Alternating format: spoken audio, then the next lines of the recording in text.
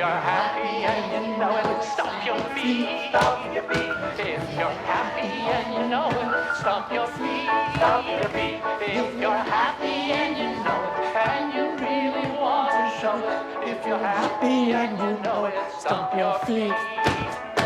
If you're happy and you know it, shout hooray, shout hooray. If you're happy and you know it, shout hooray, shout hooray. If you're happy and you know it, and you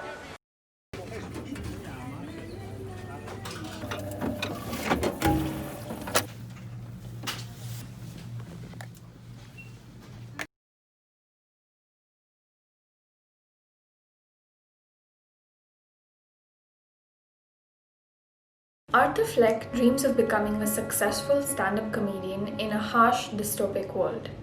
Hi everyone, my name is Harini and you're watching More Than Just a Movie, a series where we talk about how films and TV shows are so much more than just. Hey, what's your name? Arthur. Joker is a film that's very close to my heart. It is a story about the great downfall of one Arthur Fleck, but it has so many other layers. It delves into class, capitalism, and the flaws in the system, but we will not be getting into that for this particular episode. Today, we're going to be focusing solely on one perspective, that of mental health. Here's a quick disclaimer, I'm not a mental health professional. However, I do have a degree in psychology and I also specialize in abnormal psychology. And so that really helps me in understanding people, not just in real life, but also in films, and kind of take a deep dive into their characteristics, their personalities. All the views expressed in this video are my own. This is how I understood Joker. It can differ from person to person. Arthur writes in his diary, "Isn't it funny that when you have a mental illness, people expect you to behave as if you don't? And that is the sad truth of the world we live in." He tries to seek out kindness and compassion from others. But his world, which unfortunately is a reflection of ours too, is not a kind place. There was some controversy around the glorification or demonization of mental illness in this film, but honestly, I think The Joker is one of the best films we have on mental illness. It is a cautionary tale of what can happen if we continue to live in a society that stigmatizes mental health issues and where people are not kind to each other.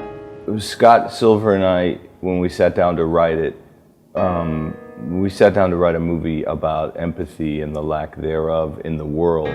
We wanted to make a movie about the power of kindness.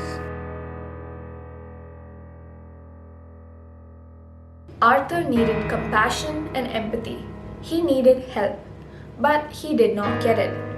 And he chose to find his happiness in his own pain and the pain of others. Basically, the wrong choice. Which is why he is the Joker, the villain, and not Batman, the hero.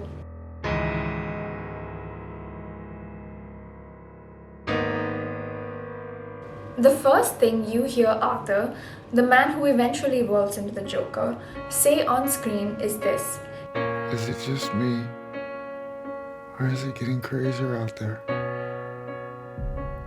Although set in 1981, as an audience watching in 2020 or 2019 when the film came out, this is still a definitely relatable sentiment. I think that this film is a film about trauma. A lot of people don't really know what trauma is. One specific type of trauma is childhood trauma, a very traumatic incident that occurred to somebody during their childhood. It could be neglect from parents, it could be physical abuse, it could be sexual abuse, it could be emotional abuse, it could be a whole lot of things. Isn't this a good thing that we're talking about? Like, are we just going to pretend that these type of people don't exist? Are we going to pretend that we haven't broken a social contract with a certain group of people in this country, and that there are ramifications of it? Is it really so bad to shine a spotlight on that?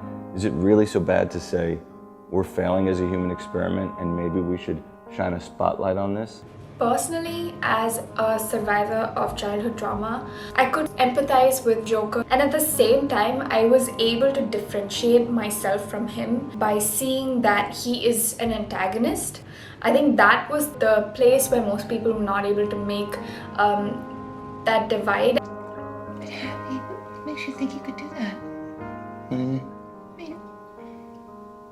don't you have to be funny to be a comedian?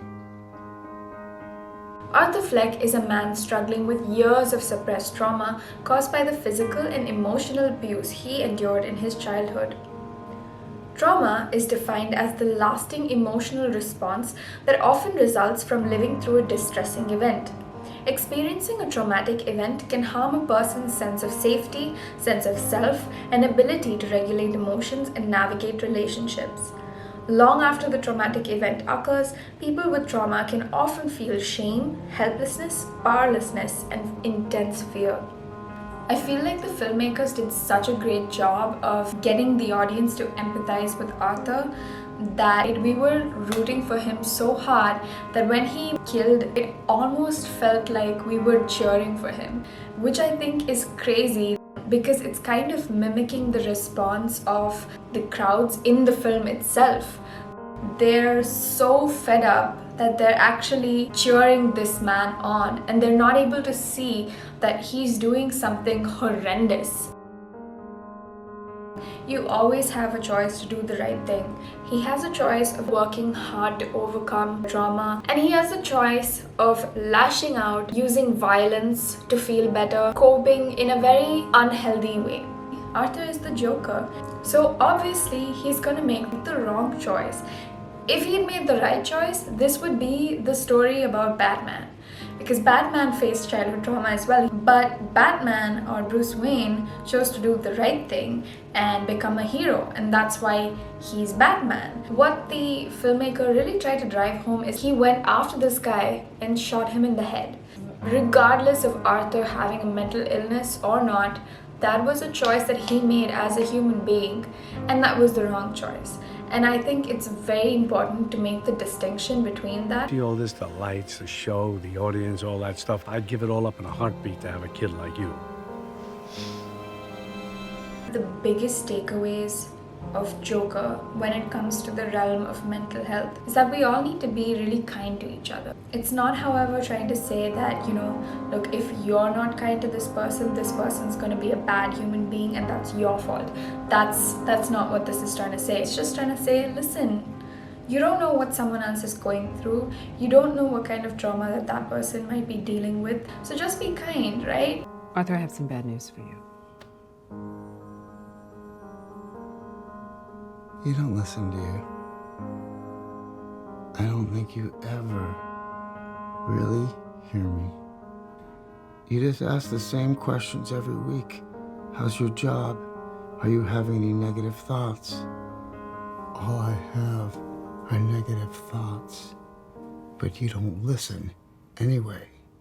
I said, for my whole life, I didn't know if I even really existed. But I do. Joker is so much more than just because it shines a light on the importance of mental health awareness. It shows us that everyone is going through something, everyone's fighting their own battles, and that we need to be kinder and more empathetic towards each other. Thank you so much for watching. This episode was kind of hard for me to film because I have so much in my mind about this film. I have so much I want to say and talk about.